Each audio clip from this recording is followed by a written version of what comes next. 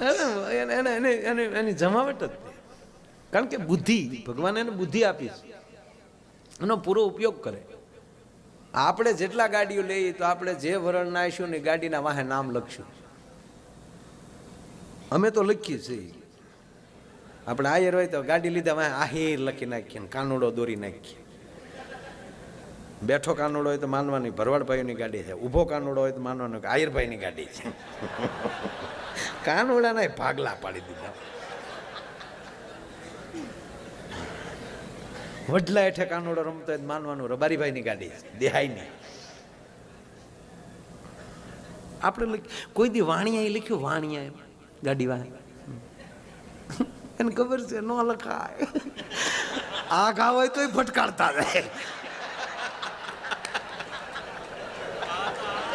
અને આપણે લખ્યાનું કારણ એ છે કે ઓલા ભાડે તોય આખા રે લીટો પડશે તોય તે બારીના રૂપિયા લે.